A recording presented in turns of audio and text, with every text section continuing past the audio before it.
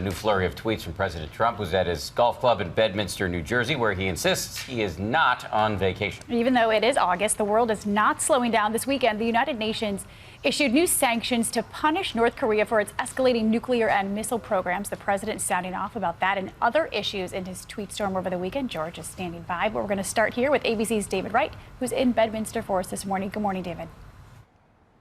Good morning, Paula and Dan. The president is eager to show that he is still working hard on this 17-day vacation, hopping on Twitter to praise those UN sanctions and to condemn leaks. On his first full day of vacation, the only moment we saw President Trump was when he stopped to greet some wedding guests at his Bedminster club. But the president tweeted defensively, working in Bedminster, New Jersey, as long-planned construction is being done at the White House. This is not a vacation, meetings and calls. And as if to prove it, he fired off tweets fast and furious. On leaks, great to see the AG taking action. For national security, the tougher the better. On the UN Security Council's unanimous vote to impose additional sanctions on North Korea, China and Russia voted with us. Very big financial impact.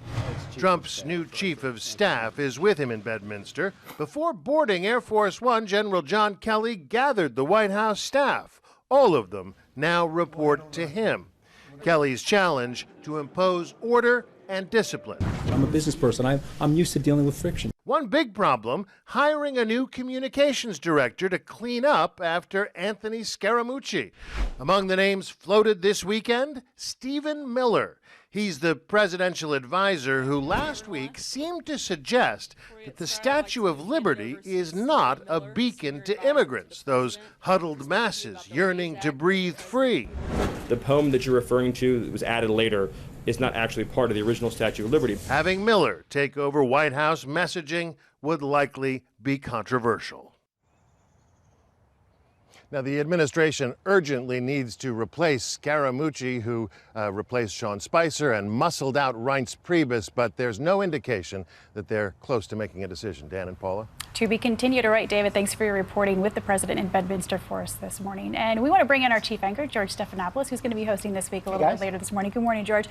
First and foremost, we know that the president can't be in the West Wing and the White House because they're repairing the dilapidated HVAC system, so they're kicking everybody out of D.C. But why is he so defensive about being on vacation right now? Good question. You know, every president takes vacation. Every president is always working. It's just a fact. You know, the White House follows you. But the president, I think, is a little bit defensive about this because he was so aggressive against President Obama for all the vacations, for all the golf.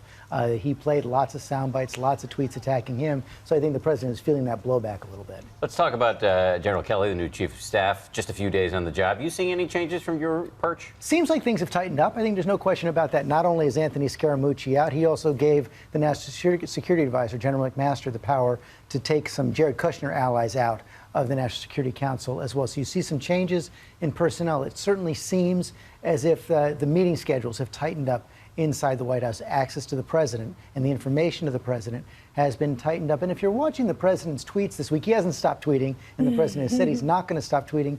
But the tweets, for the most part, seem to be a little more strategic. It'll be interesting to see if he will have say as well on who the new comms director is going to be. But I want to talk to you. The New York Times is reporting that there are GOP shadow campaigns already being formed for 2020 in the event that Trump doesn't want to run or another scenario.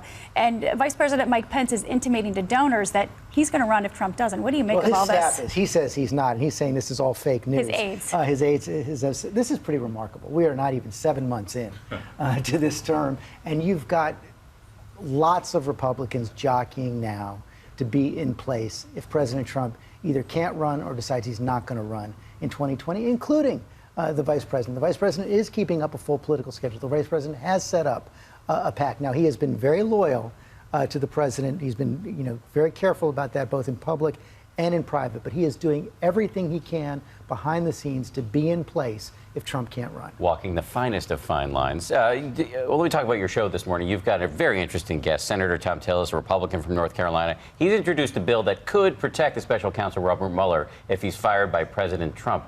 Is this seen as an act of aggression by the White House? Well, one of the things you're seeing this week as the president heads on vacation is Republicans much more apt to buck the White House on issues like health care, on issues of Russia. They passed that Russia sanctions legislation that the president was forced to sign, even though he didn't want to. And this is pretty remarkable that Senator Tillis has joined Chris Coons, a Democratic senator from Delaware, to put in this legislation that said if the president fires Mueller, there'll be a chance for some judicial review. You're also hearing from so many Republican senators that that would be crossing the reddest of red lines. If he fires. If the president fires Robert Mueller, there will just be an explosion. Yeah. I would even wonder what the new White House Chief of Staff, General Kelly, would do if the president tried to take that step.